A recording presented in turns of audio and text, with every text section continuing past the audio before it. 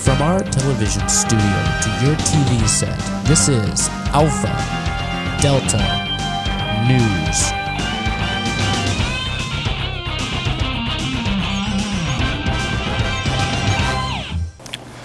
Good morning, Mifflinburg High. This is Delta News, the 4th period edition.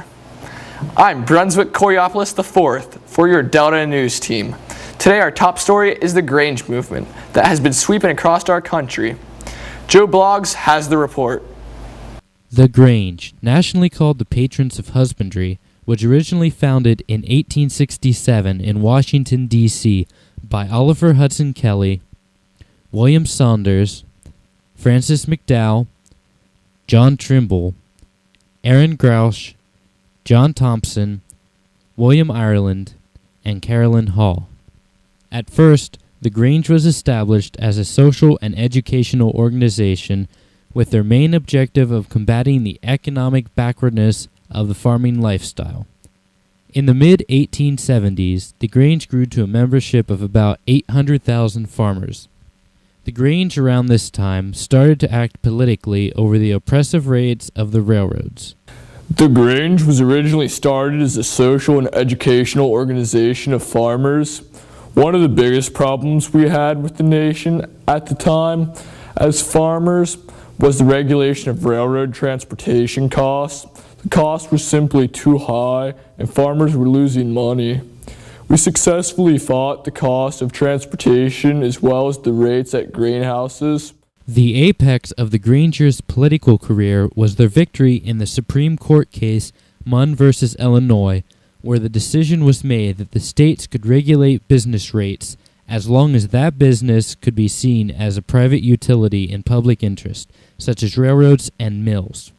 The Grange successfully established their own stores, grain elevators, and mills. Eventually, the Grange's political involvement was handed over to the political parties of the time. Once our problems were solved, we could revert back to what the Grange was meant to be when it was founded, a social group. This is Joe Bloggs for Delta News. Another organization growing out of the Grange movement is the Farmers Alliance. Farmers across the country, especially in the Midwestern regions, have joined together in these economically hard times to try to gain some profit.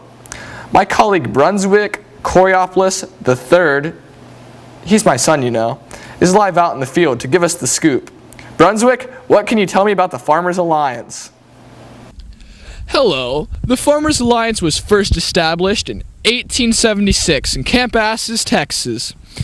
Designed to promote higher commodity prices by joining together independent farmers, the movement is comprised of two organizations, the Natural Farmers Alliance in the north and the Natural Farmers Alliance and Industrial Union in the south.